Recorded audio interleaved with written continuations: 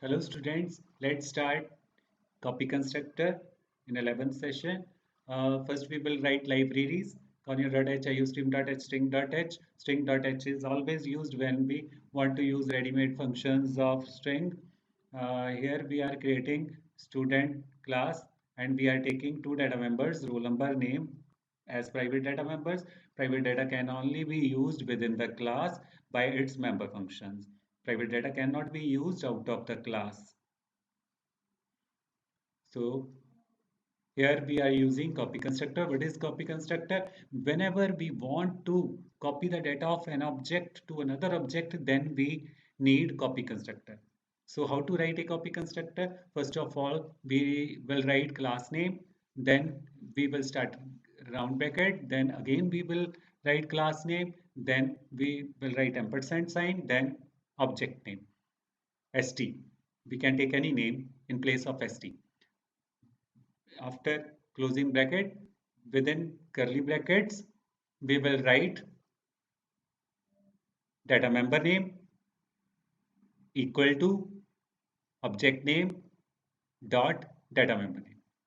So here our data member is RNO equal to st is object name dot RNO.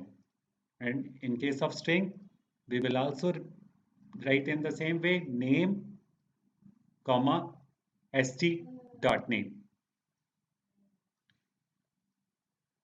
So it will store first RNO data of object, then it will store name data of object. So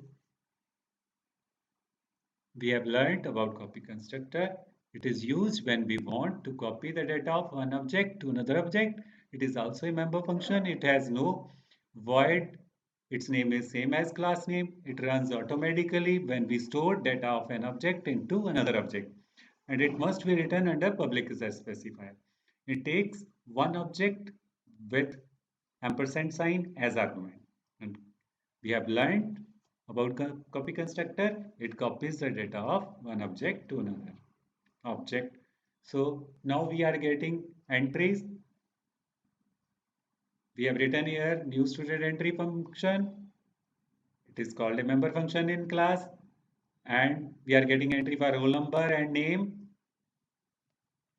And we are writing member function show. And we are ending the class with semicolon. And class is always ended with semicolon.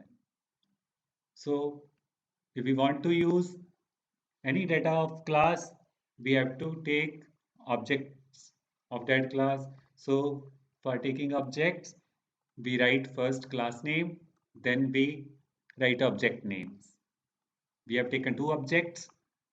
Here we are getting entry for first object s1.new student entry will make us fill entry, and then compiler will read s2 equal to s1.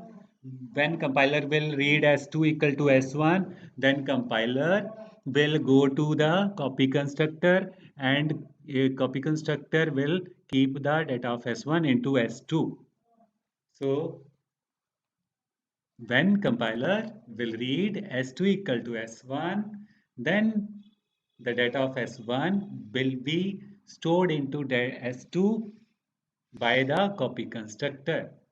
So then we are showing S1 and S2. So in this way, S1 data and S2 data will be displayed on the screen.